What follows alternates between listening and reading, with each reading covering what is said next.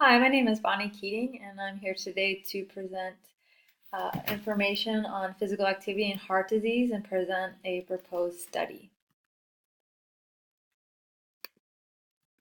So, heart disease is the leading cause of death in both females and males in the US. About 25% of all deaths are attributed to heart disease in the US. Other factors that could lead to cardiovascular disease is obesity, diabetes, um, lack of physical activity, poor diet, smoking, and excessive alcohol use. And then obviously, if individuals do most of these um, activities like smoking and eating poorly, it'll only attribute obviously to further negative health effects. Physical activity guidelines are Americans should engage in at least 150 minutes each week of moderate intensity aerobic physical activity. These were first brought on in 2008. About 80% of the American populations do not meet these guidelines. Lack of physical activity and poor nutrition is likely to lead to a poor health eventually at some point in your life.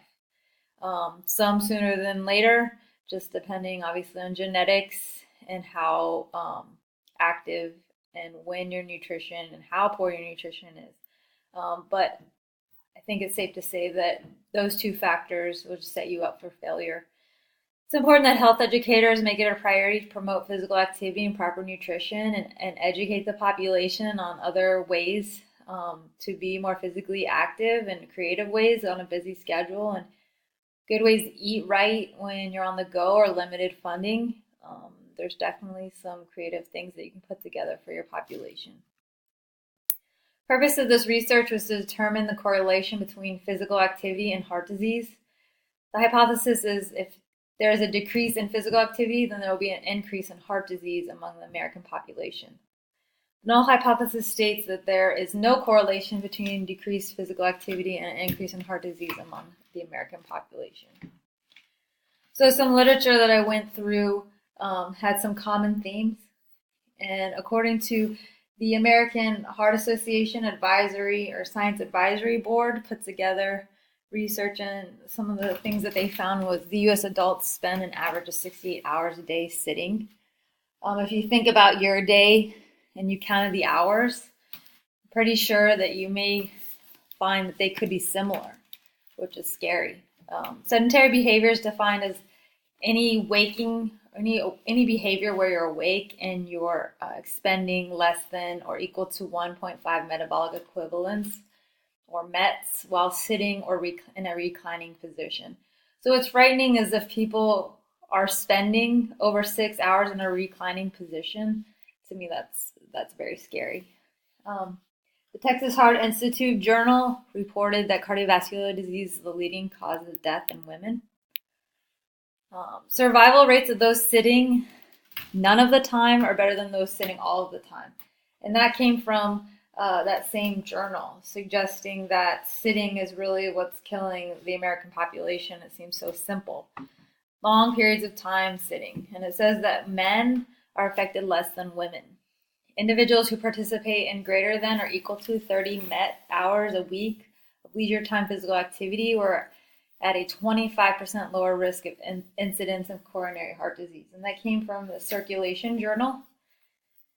And then the Canadian Journal of Cardiology reported that it's important that health promotion strategies include active lifestyles, not just for cardiovascular disease patients or patients with disease, but all populations, because research shows that all populations' physical activity have decreased in the last few years. So the methodology used is adults were recruited from the local city hospital in Los Angeles. The inclusion of this study are adults between the ages of 25 and 69, diagnosed with cardiovascular disease within the last 3 months. Exclusion from the study would be anybody with mental illness, diagnosed with a condition that affects critical thinking, making decisions, on medications that affect decision making. If you were diagnosed with heart disease greater than 3 months ago, and anyone who fails to fill out any of the information correctly cannot be used in this data analysis. Sample size, according to a G-Power analysis of 0.95 with a medium effect size, was 210 participants with 105 who were diagnosed with cardiovascular disease within 3 months, and 105 that do not have a cardiovascular disease diagnosis. They all needed to complete a baseline questionnaire on lifestyle factors, history of physical activity throughout their lifespan, health behaviors, medical history prior to cardiovascular disease. Total time per week spent on various physical activities over the last 3 years prior to their diagnosis was going to be analyzed. So using SPSS software, central tendency would be measured, finding the mean, median, and mode of total physical activity in hours. Then measure the variability to find the standard deviation of time, which would be calculated to test for any linear trends using a 0.05 significance level. The t-test was used to test the null hypothesis by using a t-table to see what the p-value yields and see if it's less than 0.05. If the p-value is less than 0.05, then we reject the null hypothesis. So physical activity hours decrease, cardiovascular disease will increase when we reject the null hypothesis. Some of the limitations are LA's cardiovascular disease patients may not reflect the overall U.S. population.